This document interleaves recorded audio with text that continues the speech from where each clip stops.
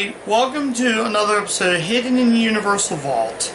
And I figured, you probably know who I am, but anyways, I figured we'd go ahead. Now I'm on 2 bars, so I'm going to probably speed run for this, because I don't have much to say about tonight's film. Well, tonight's film is actually a comedy, starring the talents of Ice Cube and Kevin Hart. We are taking a look at 2013's Ride Along. Now, Ride Along is a movie that I was expecting that was going to be good. It starred Ice Cube and the comic Kevin Hart, which this film was directed by Tim Story. Now, Tim Story directed Ice Cube in a little-known film called Barbershop, and its sequels, I do believe.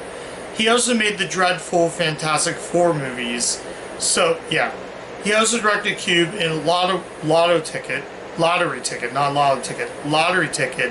and now he's directing him again in Ride Along. Now, I have Ride Along 2. I didn't grab it because I just didn't. We'll save Ride Along 2 for later, but for now, let's see how this first film, Ride Along, was. Let's see how Ride Along is. So I'm going to read you what it's about.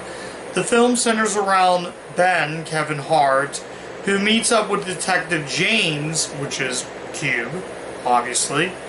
But Ben is a bachelor who lives with his girlfriend, and he's actually a gamer. Well, Xbox 360-ish gamer when the system was new.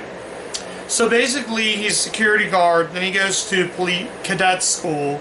He also meets up with, he meets his lieutenant, Bruce McGillis. Bruce McGillis is in it. It also has John Leguizamo. He plays Santiago, a cop who eventually goes rogue. And eventually they meet up with Lawrence Fishburne's character, who is sort of like the head boss. Which is funny enough, fun fact, both Leguizamo and Fishburne would star in the remake to Assault on Precinct 13, which I did cover on my channel. You can check that review out if you're interested. So, it's honestly, I hate to say this, it's a pretty dry comedy. There are only about 2 funny scenes, but that was mostly when Kevin Hart tries to fire a gun. He tries firing a gun, he misses every shot, which I'm going to talk about the funniest scene in the film. There's another funny scene in it, though. We'll get to that later. So he takes him down to the gun range. Now that you're a cop with me, I'm going to teach you how to use a gun. So they go down to the firing range. He shoots, but unfortunately misses every shot. Ice Cube's character, James, picks up the gun. He gets direct target, so he's like, let me try a shotgun. He fires it, and that shotgun literally has a kick to it like that, and he just literally goes flying. That alone is funny. I like when Kevin Hart does stupid humor like that. The charm it is Kevin Hart is funny. He can be funny, but most of the time it just feels super dry. And I watched a feature run. They were basically trying to do a comedy version of Training Day. Basically kind of like a parody to Training Day, but unfortunately it didn't pan out. I really can't recommend this. Maybe the sequel might be better, but is there any other funny parts that I liked about this film compared to any other film that I've covered on this channel? Not really. Honestly, it's super dry. So, like I said again, this is going to be kind of short, but I guess I can go ahead and show you the cover art. I'm trying to think who else is in this. Oh, Tanika Stamperty. She's his girlfriend.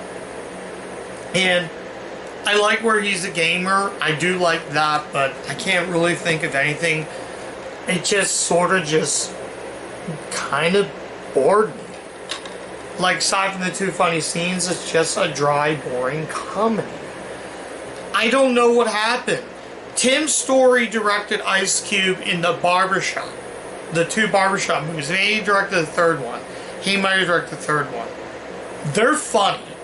How in the world does he go from the Barbershop films directing Cube and that, but going on direct Cube and that and just made it dry? It's something I may never know.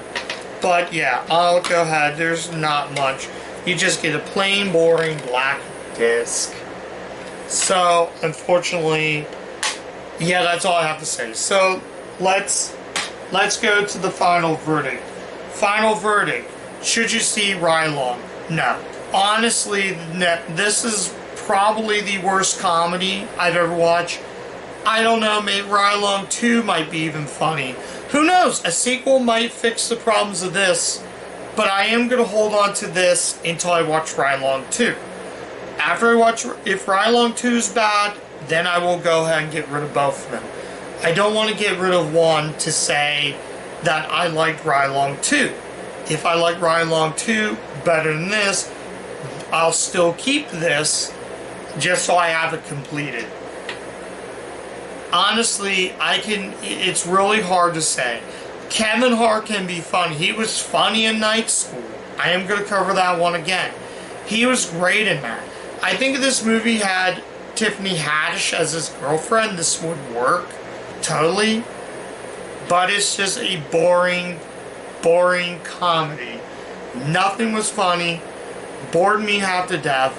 You think with a cast, even Lawrence Fishburne, who played the head boss, could have been good. But it only turned out to have it felt more like a dark comedy, but it was just super dry. But it just turned out to be a boring comedy in the end. Basically, if you like Ice Cube, and I mean you have to really like Ice Cube, then yeah. If you love Kevin Hart, really love Kevin Hart, then check him out. You'll get something out of it. But personally, I didn't get anything out of Ride Along. Maybe Ride Along 2 might be funny. We'll see. I don't know. If this was bad and I said I'm never gonna watch Ride Along 2, then I probably would easily watch Ride Along 2. But we're gonna wait. We're gonna save that one for later. But until then, thank you guys so much for watching. If you like what I've watched, check out all my other videos. I have plenty other reviews that you guys can check out. So, until then, I'll catch you guys next time. Bye.